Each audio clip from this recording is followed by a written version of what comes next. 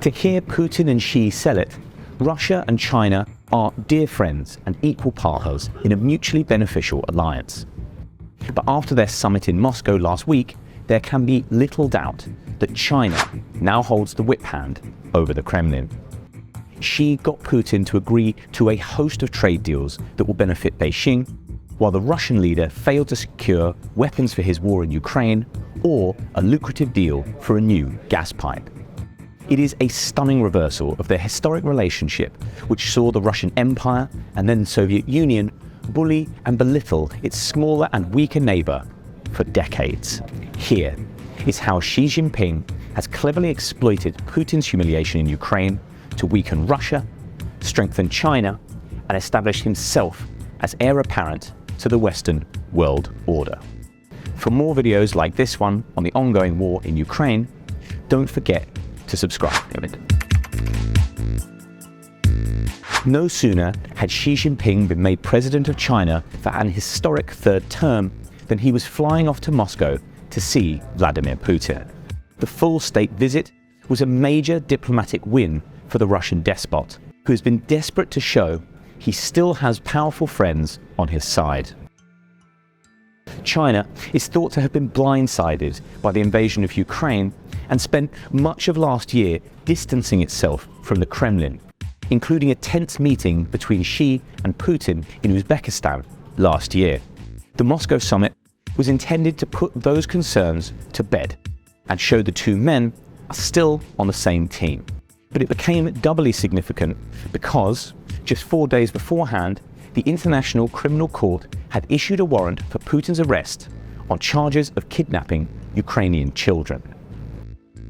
Xi and Putin deciding to push ahead with the summit, despite the warrant, ended up sending a powerful message.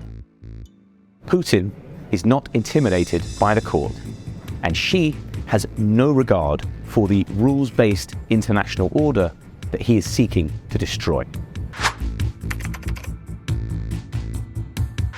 But aside from Putin getting a chance to pose alongside the leader of the world's second superpower, Russia got very little from this summit. China, on the other hand, walked away with plenty. Xi will get to continue buying cut-price Russian oil and gas that would otherwise have gone to Europe, saving China billions and helping it ditch highly polluting coal power stations. Xi got Putin to agree that Chinese companies will get priority when it comes to replacing American firms that have quit the country over the war. And Russia will massively increase its use of the Chinese currency, the renminbi, for storing its international reserves, when trading overseas, and for some personal banking as Beijing seeks to rival the dollar. The pair signed no less than 14 separate agreements covering everything from soybeans to atomic energy, but did not strike a deal on the Power of Siberia 2 pipeline. Putin has described the line as the deal of the century and wants it to replace the Nord Stream 1 and 2 pipes that were shut down and then blown up after the Ukraine war began. Instead, the two leaders made a weak commitment to advance work on the possibility of a new pipe, without saying when or even if it will ever go ahead. No doubt Beijing is hoping it can pressure Russia into bearing most of the costs of building the pipe and into slashing the price of gas sent through it, both of which will be a huge blow to Putin. The Russian leader also failed to secure anything significant when it came to the war in Ukraine. Xi got Putin to give his backing to China's 12-point plan for peace, but Putin did not receive any backing for his war in return.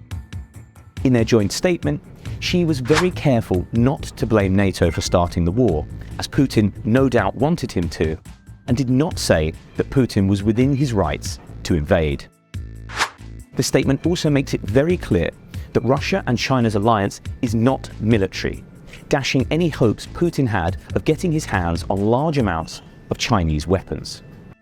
Meanwhile, Xi got Putin to sign on as a leading partner in his project to topple the US as the world's largest superpower and bring down the system of international order that Washington led the way in setting up.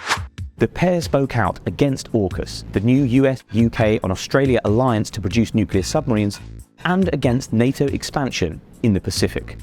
They also wrote about creating a multipolar world order, ending hegemony, and hit out at Cold War thinking, all code words that Beijing uses to discuss its ambitions of global domination. This marks a stunning reversal to the power dynamic that has existed between Moscow and Beijing for well over 100 years. Russia was one of the chief architects of China's century of humiliation, when a series of crushing military defeats and unfair treaties were imposed on Beijing by the colonial powers. When the Russian Empire fell and was replaced by the Soviet Union, the two shared a brief alliance as Moscow helped the Chinese Communist Party rise to power. But the two quickly fell out and fought a series of border conflicts in the 1960s, which ended with the larger, richer and more powerful Soviet Union firmly in charge. That remained the case until 1991, when the Union dramatically imploded. At that time, the Chinese and Russian economies were virtually the same size.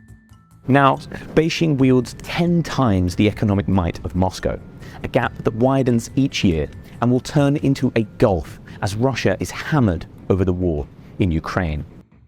Xi's army is now at least as powerful as Putin's and is continually expanding, while the Kremlin's best troops and tanks are chewed up on the battlefields of the Donbass.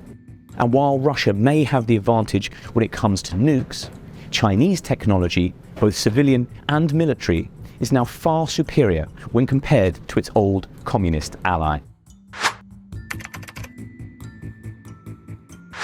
All of this is the exact opposite of what Putin wanted.